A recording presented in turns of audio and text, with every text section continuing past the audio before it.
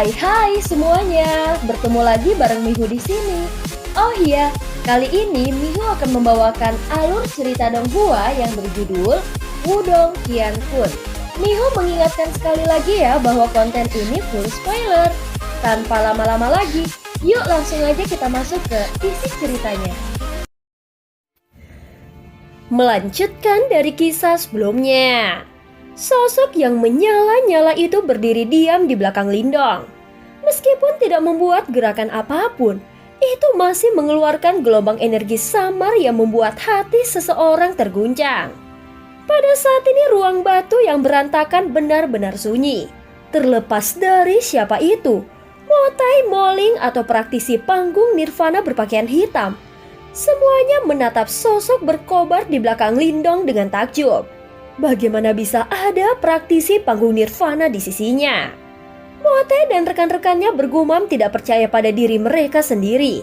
Mereka belum pernah melihat Lindong dengan pengawal panggung Nirvana sebelumnya. Dan dari wajah terkejut trio Moling, jelas bahwa mereka juga sama dalam kegelapan. Praktisi panggung Nirvana berpakaian hitam berkata dengan suara serak dan suram saat dia perlahan menghapus jejak darah di sudut mulutnya. Dia jauh lebih berpengalaman daripada Motai dan yang lainnya. Dengan demikian, dia bisa merasakan bahwa sosok yang menyala-nyala itu tidak memiliki kekuatan hidup seperti manusia. Kemudian jelas baginya bahwa sosok yang menyala-nyala itu adalah semacam boneka jiwa. Namun meskipun demikian, hati praktisi panggung Nirvana berpakaian hitam tidak bisa membantu tetapi berkedut keras dan dia menatap boneka jiwa darah dengan ketakutan dan keserakahan. Bahkan dia sendiri tidak memiliki artefak yang begitu bagus. Boneka jiwa. Setelah mendengar kata-kata ini, Motai dan yang lainnya tercengang. Segera setelah itu mereka kembali sadar dan menatap Lindong dengan iri. Artefak semacam ini sangat langka dan mereka tidak pernah membayangkan bahwa Lindong akan memilikinya di gudang senjatanya. Itu juga sekarang bahwa mereka akhirnya mengerti mengapa Lindong bisa tetap tenang ketika menghadapi Lingzi dan Liu Yuan. Ternyata dia memiliki kekuatan yang mengintimidasi di lengan bajunya. Satu boneka jiwa sudah cukup untuk melawan seorang praktisi panggung Nirvana.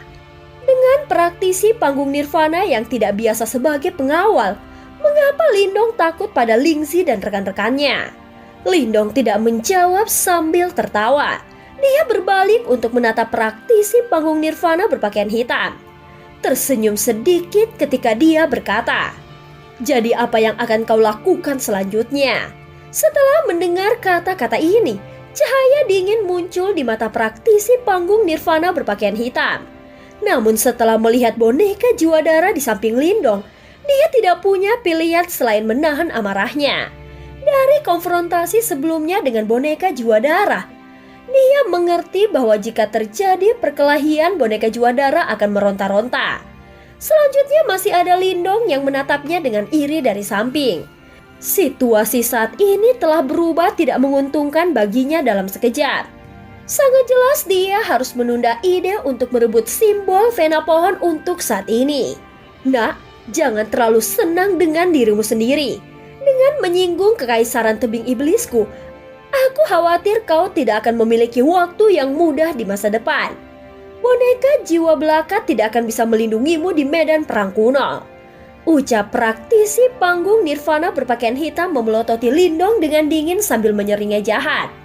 Setelah mendengar nama ini, Lindong tidak memiliki banyak reaksi. Sebaliknya itu adalah Motai dan yang lainnya yang ekspresi wajahnya berubah drastis. Ketika mereka melihat wajah santai Lindong, mereka tidak bisa membantu tetapi dengan lembut berbicara serempak. "Lindong, aku khawatir mungkin ada beberapa masalah kali ini. Aku pernah mendengar tentang kekaisaran iblis sebelumnya. Kekaisaran ini adalah eksistensi yang kuat bahkan di antara kekaisaran peringkat tinggi. Mustahil bagi kerajaan ini untuk hanya memiliki satu praktisi tahap Nirvana. Selanjutnya, orang-orang ini sangat pendendam. Jika kau menyinggung mereka, mereka pasti akan membalas dendam. Menurut pengetahuanku, pernah ada kerajaan peringkat tinggi yang benar-benar musnah oleh mereka." Setelah mendengar kata-kata ini, mata Lindong berubah sedikit serius. Sepertinya Kekaisaran Tebing Iblis memang faksi yang tangguh. Nak, jika kau dengan patuh menyerahkan simbol Vena Pohon sekarang dan mempersembahkan boneka jiwa ini, dendam di antara kita dapat dengan mudah dihapuskan.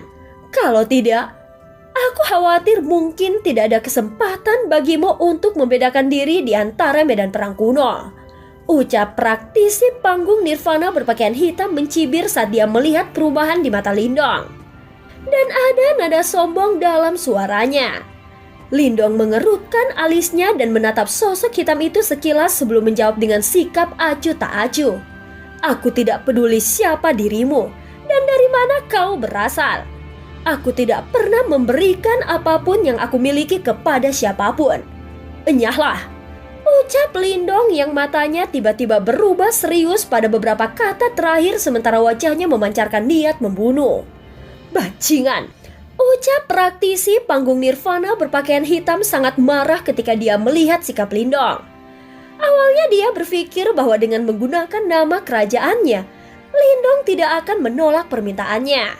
Namun dia tidak berharap yang terakhir menjadi semakin arogan. Baiklah, kau bisa berbicara seperti itu sekarang. Tetapi cepat atau lambat, aku akan membuatmu menyesali tindakanmu. Namun kemarahan pada akhirnya hanyalah kemarahan. Selama boneka jiwa darah ada di sini, dia tidak berani melakukan apapun. Setelah memberi Lindong tatapan tajam, sosok hitam itu bergerak berlari keluar dari kamar batu saat dia dengan cepat menghilang. Saat Motei dan yang lainnya menyaksikan praktisi panggung Nirvana berpakaian hitam menghilang, mereka diam-diam menghela nafas lega. Mereka mengalihkan pandangan mereka ke Lindong dan tertawa pahit. Saudara Lindong, itu akan merepotkan di masa depan setelah menyinggung musuh seperti itu. Situasi yang berbeda membutuhkan tindakan yang berbeda. Tidak ada yang merepotkan sama sekali. Jika kau takut akan masalah di medan perang kuno, akan sulit bagimu untuk membedakan dirimu dari yang lain. Kalau begitu, bagaimana kau akan dipilih oleh Sekte Super? Ucap Lindong tersenyum jelas. Kekaisaran Tebing Iblis memang merepotkan, tetapi dia tidak perlu takut pada mereka sama sekali. Di masa lalu, ketika dia baru saja meninggalkan kota Yan yang kecil, jika dia takut pada hal kecil apapun akan sulit baginya untuk mendapatkan pencapaian yang dia miliki hari ini. Motei hanya bisa tertawa kecil tanpa berkata apa-apa setelah dia melihat bagaimana Lindong meremehkan seluruh kejadian itu. Setelah beberapa hari kontak dengan Lindong, dia mengerti bahwa Lindong penuh teka-teki dan tidak dapat diprediksi. Dengan kekuatan tahap manifestasi puncak belaka, Lindong mampu terlibat dalam konfrontasi langsung dengan praktisi tahap Nirvana dan bahkan memiliki wali tangguh seperti boneka jiwa. Mungkin hanya individu seperti Lindong yang tidak takut pada kekuatan besar seperti Kerajaan Tebing Iblis. Ayo pergi. Seharusnya ada artefak lain di kuil batu ini. Hahaha, kalian semua tidak boleh pergi dari sini dengan tangan kosong. Ucap Lindong tertawa. Mengabaikan topik Kekaisaran Tebing Iblis, dia melihat ke kamar batu yang benar-benar berantakan. Banyak ramuan di dalam ruangan telah dihancurkan selama pertarungan. Oleh karena itu mereka hanya bisa menjelajah ke bagian lain dari kuil batu. Setelah Lindong menyelesaikan kalimatnya, dia melambaikan tangannya dan mengembalikan boneka jiwa darah ke jimat batu. Setelah itu dia meninggalkan kamar batu dan berjalan di sepanjang koridor dan menuju ke area lain. Di belakangnya, Moling, Motei dan yang lainnya bergegas mengejar. Rombongan itu melakukan perjalanan melalui ruang batu seperti labirin yang rumit. Di sepanjang jalan, mereka berhasil menuai beberapa manfaat. Di beberapa kamar batu ada tumpukan pil Nirvana. Alih-alih meminum pil ini, Lindong membiarkan Motei, Moling, dan yang lainnya membaginya di antara mereka sendiri. Lagi pula, dia sudah mendapatkan simbol pohon Vena yang sangat dia butuhkan. Jika dia bisa memperbaikinya, energi mentalnya bisa menembus ke tahap master simbol surga. Ketika saat itu tiba, dia akan mampu menghadapi praktisi panggung Nirvana sejati sendirian tanpa bantuan dari boneka jiwa darah. Dalam waktu setengah jam perjalanan melalui koridor di kuil batu, Motei dan yang lainnya mendapatkan panen yang cukup melimpah. Wajah mereka dipenuhi dengan kepuasan dan kegembiraan. Jelas memikirkan bagaimana mereka mendapatkan manfaat dari perjalanan ini. Selanjutnya dengan Lindong mengawasi mereka dari samping, mereka tidak perlu khawatir tentang faksi lain yang merebut harta yang mereka temukan. Bagaimanapun Lindong saat ini tidak dapat dihentikan bahkan oleh seorang praktisi panggung nirvana. Di sepanjang jalan, Lindong dan rekan-rekannya telah bertemu rombongan lain juga. Beberapa berasal dari kota yang sementara yang lain adalah orang asing yang belum pernah mereka temui sebelumnya. Namun begitu mereka bertemu satu sama lain, mereka segera melanjutkan ke tempat lain. Jelas bahwa mereka ingin memanfaatkan waktu untuk mencari lebih banyak harta. Pada saat ini Lindong dan yang lainnya memiliki hasil tangkapan yang cukup besar. Setelah beberapa belokan yang salah di koridor, mereka menemukan bahwa jalan di depan mereka telah digantikan oleh ruang utama yang sangat besar. Saat mereka menatap ruang utama yang muncul di depan mata mereka, Lindong dan rekan-rekannya mulai terkejut. Segera setelah itu mata mereka berangsur-angsur terbakar oleh gairah. Semua orang tahu bahwa hal penting di lembah granit guntur bukanlah barang yang mereka peroleh sejauh ini dalam perjalanan mereka. Harta karun nyata yang telah menarik banyak elit dan kerajaan peringkat tinggi adalah kunci rahasia kuno. Harta karun ini memiliki daya tarik yang mematikan. Bahkan makhluk kuat seperti Xiaodo meneteskan air liur memikirkan pil samsara di harta karun kuno apalagi yang lain. Ayo pergi. Oleh karena itu ketika ruang utama muncul di depan mata Lindong, dia melambaikan tangannya tanpa ragu-ragu dan memimpin sisanya ke dalamnya. Ruang utama sangat luas dan luasnya tampak seperti kolosium besar. Saat ini sudah ada banyak kelompok di ruang utama. Lindong melihat sekeliling dan melihat Lingzi, Liu Yuan dan rekan-rekan mereka yang tiba lebih awal di ruang utama juga. Di sebelah kiri, mereka adalah dua kerajaan dari Kekaisaran Es Milenial dan Kerajaan Gagak Besar. Lindong kemudian melirik ke sekeliling ruang utama. Setelah beberapa saat, tatapannya berhenti di area tertentu di ruang utama tempat 5 sosok hitam berkumpul. Meskipun jumlahnya sedikit, Lindong bisa merasakan bahwa bahkan Huayun, Womu dan rekan-rekan mereka sangat takut pada mereka. Kemunculan tiba-tiba Lindong dan rekan-rekannya menarik banyak tatapan. Salah satu sosok hitam berbalik saat ekspresinya langsung menjadi gelap. Dia adalah orang yang sebelumnya gagal dalam usahanya untuk merebut simbol vena pohon dari Lindong. Pada saat ini Lindong melirik sosok hitam saat senyum mengancam muncul di wajah yang terakhir. Seolah-olah seekor kelinci telah memasuki sarang serigala, pemandangan yang sangat menyeramkan. Namun senyum seram sosok itu tidak memiliki efek sedikit pun pada kondisi mental Lindong. Lindong terus memindai tempat itu sampai pandangan akhirnya berhenti di area terdalam di ruang utama. Ada bola cahaya mengambang di tempat itu. Di dalam bola cahaya itu, ada benda aneh berbentuk seperti kunci yang memancarkan cahaya yang tidak biasa. Itu adalah kunci rahasia kuno. Saat Lindong menatap objek di dalam bola cahaya, pupil matanya segera menyusut. Pada saat yang sama, dia bisa merasakan bahwa Xiaodo menjadi bersemangat di dalam jimat batu. Saat ini karena kemunculan tiba-tiba kelompok Lindong, semua orang di aula utama segera mengalihkan perhatian mereka. Ketika Lingzi, Liu Yuan dan yang lainnya melihat Lindong, mereka sedikit senang. Bagaimanapun Lindong juga berasal dari kota Yang. Oleh karena itu dibandingkan dengan yang lain, mereka pasti memiliki tingkat kepercayaan tambahan padanya. Sehubungan dengan Huayun, Wumo dan sosok bayangan hitam lainnya, mereka hanya meliriknya dengan santai. Terlepas dari seberapa baik kinerja Lindong di pinggiran lembah granit guntur, di mata mereka dia masih tidak berarti apa-apa. Seniormu, ini adalah orang yang merebut pohon ros simbol surgawi. Namun tepat ketika mereka akan berpaling, di antara sosok bayangan hitam salah satu praktisi panggung nirvana yang sebelumnya bertarung dengan Lindong, menatap tajam ke arahnya. Sebelum dia berbalik ke seorang pria kurus di depannya saat berkata, ketika mereka mendengar kata-katanya, kecuali kelompok Lindong, semua orang di aula utama tercengang. Segera kilatan aneh melintas di mata mereka. Sosok bayangan hitam itu mampu menandingi Huayun. Namun Lindong mampu merebut sesuatu darinya. Orang bertanya-tanya apakah ini menyeratkan bahwa Lindong benar-benar luar biasa, atau sosok bayangan hitam itu yang tidak berguna.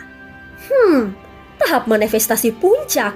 Pria bernama seniormu itu dengan lembut mengangkat kepalanya sebelum dia mengungkapkan wajahnya yang pucat namun menakutkan. Setelah dia melirik Lindong, dia dengan santai berkomentar, "Seniormu, orang itu memiliki boneka jiwa yang sangat kuat. Aku telah berjuang melawannya." Ucap pria bayangan hitam itu tampaknya telah mendeteksi ketidaksenangan dan kemarahan dalam kata-kata seniormu saat dia dengan cepat menjelaskan. Boneka jiwa. Setelah dia berbicara di aula utama, hati beberapa orang bergetar. Segera tidak ada dari mereka yang berani menatap Lindong lagi. Sebaliknya ekspresi serius memenuhi mata mereka. Semua orang tahu betapa kuatnya boneka jiwa. Bahkan boneka jiwa terlemah pun mampu menandingi praktisi panggung nirvana. Oleh karena itu seorang manifestasi puncak ini sebenarnya memiliki kartu truf yang begitu kuat. Lingzi dan Liu Yuan saling melirik ketika keduanya melihat kekaguman tebal terpampang di mata masing-masing. Mereka akhirnya mengerti mengapa Lindong yang hanya dari kerajaan kecil dan hanya pada tahap manifestasi puncak tidak takut pada mereka sama sekali. Itu karena dia memiliki kartu truf yang begitu kuat di lengan bajunya. Sepertinya kita salah menilai orang itu. Kekaguman yang mendalam juga terpampang di wajah Huayun dan Wumo. Keduanya tidak pernah menyangka bahwa Lindong telah menyembunyikan kekuatannya begitu dalam. Pada saat ini pria bernama seniormu itu menatap Lindong dengan intens, sebelum dia segera menarik kembali tatapannya. Setelah itu menggunakan suara yang hanya terdengar oleh anak buahnya sendiri, dia dengan lembut berkata, "Tidak perlu peduli padanya. Tujuan terpenting kita adalah mendapatkan kunci kuno yang misterius. Sebelum kita mendapatkannya, kita tidak perlu memprovokasi orang lain atas pohon roh simbol surgawi. Mari kita selesaikan semuanya setelah kita mendapatkan kunci kuno yang misterius." Jika Lindong adalah seorang praktisi manifestasi puncak biasa, mungkin dia akan langsung membantainya. Namun meskipun pria ini tampak sebagai praktisi manifestasi puncak di permukaan, dia sebenarnya memiliki boneka jiwa yang kuat. Ini memaksa seniormu untuk mengevaluasi kembali keputusannya. Biasanya berbicara bahkan jika Lindong memiliki boneka jiwa untuk melindungi dirinya sendiri. Berdasarkan kekuatan kekaisaran tebing iblis mereka tidak perlu takut padanya. Lagi pula, begitu mereka mengirim satu orang untuk menghentikan boneka jiwa, Lindong hanya akan seperti sepotong daging di talenan mereka. Namun kali ini mereka tidak membawa banyak pria. Selain itu, ada kekaisaran es milenial dan kerajaan gagak besar yang mengintai dan mereka tidak memiliki sumber daya berlebihan untuk berurusan dengan Lindong. Karena itu meskipun kekaisaran tebing iblis mereka biasanya beroperasi dengan cara tirani, mereka harus menguranginya untuk saat ini. Ketika mereka mendengar kata-kata seniormu, meskipun praktisi panggung nirvana bayangan hitam yang sebelumnya menderita di tangan Lindong merasa tidak puas, dia tidak berbicara lebih jauh. Sebaliknya dia menggertakkan giginya dan menganggukkan kepalanya. Lagi pula, begitu mereka mendapatkan kunci kuno yang misterius, dia akan memberitahu orang itu harga yang harus dibayar karena menyinggung kekaisaran tebing iblis mereka. Sehubungan dengan tatapan dari orang banyak, Lindong tetap cukup tenang dan dia tidak bertindak arogan. Meskipun boneka jiwa darah memungkinkan dia untuk melawan praktisi panggung nirvana, itu tidak cukup untuk membuat praktisi panggung nirvana takut padanya. Paling-paling mereka hanya mewaspadainya dan tidak memandang rendah dia seperti sebelumnya. Di aula utama, suasana di sini menjadi tenang karena gangguannya yang tiba-tiba. Beberapa saat kemudian mereka semua pulih kembali. Setelah itu pasang mata yang tak terhitung jumlahnya menatap dengan sungguh-sungguh ke bola bercahaya jauh di dalam aula utama. Mata Lindong juga terfokus pada bola bercahaya itu. Segera pupil matanya menyusut dengan lembut sebelum dia sekali lagi mengamati sekelilingnya yang jauh. Setelah itu dia menyadari bahwa sebenarnya ada beberapa patung batu seperti kehidupan yang terletak di sekitar dinding aula utama. Namun yang membuatnya bingung adalah patung-patung batu itu tampak sama dan hanya memiliki ekspresi yang berbeda. Huayun, Wumo, untuk perjalanan ini mendapatkan kunci yang misterius. Kekaisaran tebing iblisku harus berhasil. Jika kalian berdua bersedia membiarkan kami memilikinya, kekaisaran tebing iblis kami dapat membangun hubungan yang cukup baik dengan kedua kerajaan kalian. Saat Lindong mengamati sekelilingnya, pria kurus bernama seniormu itu tiba-tiba berbicara perlahan.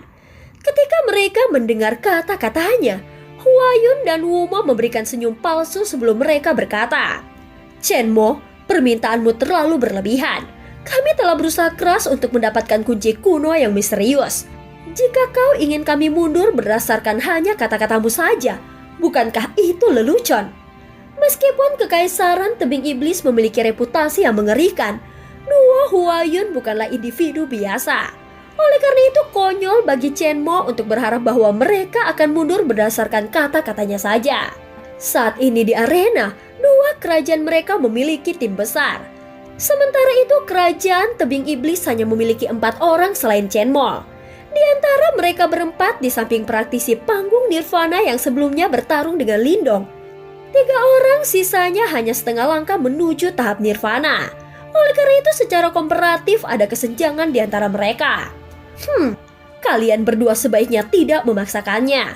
Beberapa saat yang lalu, kekaisaran tulang besar yang hampir sekuat kekaisaranmu telah menyinggung kekaisaran tebing iblis kami. Pada akhirnya mereka semua dibantai secara brutal. Di samping Chenmo, praktisi panggung Nirvana berkata dengan kejam, ada ancaman terang-terangan yang tersembunyi di dalam kata-katanya. Bagaimana kalau kau mencobanya? Apakah kau benar-benar percaya kekaisaran tebing iblismu dapat melintasi seluruh medan perang kuno? Ucap Huayun jelas marah dengan kata-kata pria itu. Segera ekspresinya menjadi gelap saat dia berteriak. Sama seperti Huayun yang marah berdiri di belakangnya, ekspresi elit kekaisaran es milenial menjadi gelap sebelum aura dingin samar-samar muncul. Ketika mereka melihat suasana di aula utama menjadi tegang, wajah Lingzi dan Liu Yuan menjadi kering. Mereka memang kurang jika dibandingkan dengan kerajaan tingkat tinggi ini dan hanya praktisi tahap Nirvana yang memiliki kualifikasi untuk berbicara di sini. Ketika mereka memikirkan hal ini, mereka berdua tanpa sadar menggertakkan giginya. Setelah itu mereka harus berusaha keras untuk menyerang panggung Nirvana.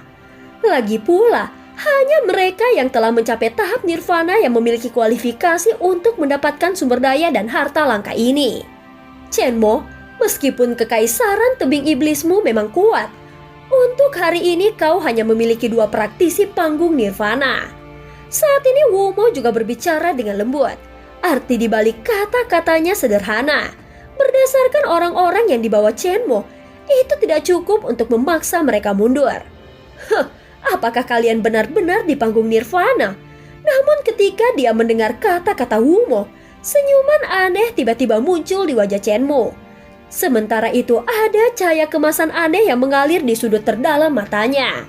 Kalian berdua mungkin hanya menggunakan 200.000 pil Nirvana saat menyerang panggung Nirvana. Namun ketika aku menyerang panggung Nirvana, aku menggunakan 500.000 pil Nirvana. Karena itu, kau pasti sedang bermimpi jika kau pikir kau bisa menandingiku. Ekspresi Chenmo sedingin es. Saat dia mengambil langkah ke depan, cahaya kemasan yang cemerlang menyembur keluar dari setiap pori-pori di tubuhnya. Sebelum gelombang kejut yang sangat kuat menyapu, auranya yang kuat menyelimuti seluruh arena. 500.000 pil Nirvana. Ketika mereka mendengar jumlah ini, di aula utama wajah semua orang berubah. Bahkan ekspresi Lindong tercengang. Dia secara alami tahu bahwa Nirvana Ki di dalam tubuh seseorang akan menjadi lebih kuat karena lebih banyak pil Nirvana yang digunakan. Oleh karena itu sebelum mereka melewati kesengsaraan Nirvana, ini digunakan sebagai patokan bagi mereka. Selain itu, gelombang kejut hebat yang menyembur keluar dari tubuh Chenmo ternyata jauh lebih kuat daripada praktisi panggung Nirvana di sampingnya. Faktanya ini jauh lebih kuat daripada Huayun dan Wumo. Kekaisaran tebing iblis ini benar-benar kaya.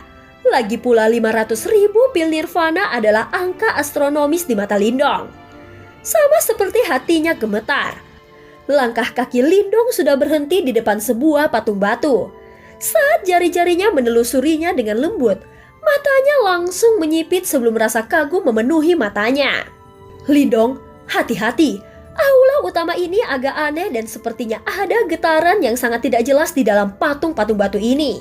Sama seperti terkejut dan kebingungan mengalir di mata Lindong, suara Xiaodou tiba-tiba terdengar di dalam hatinya.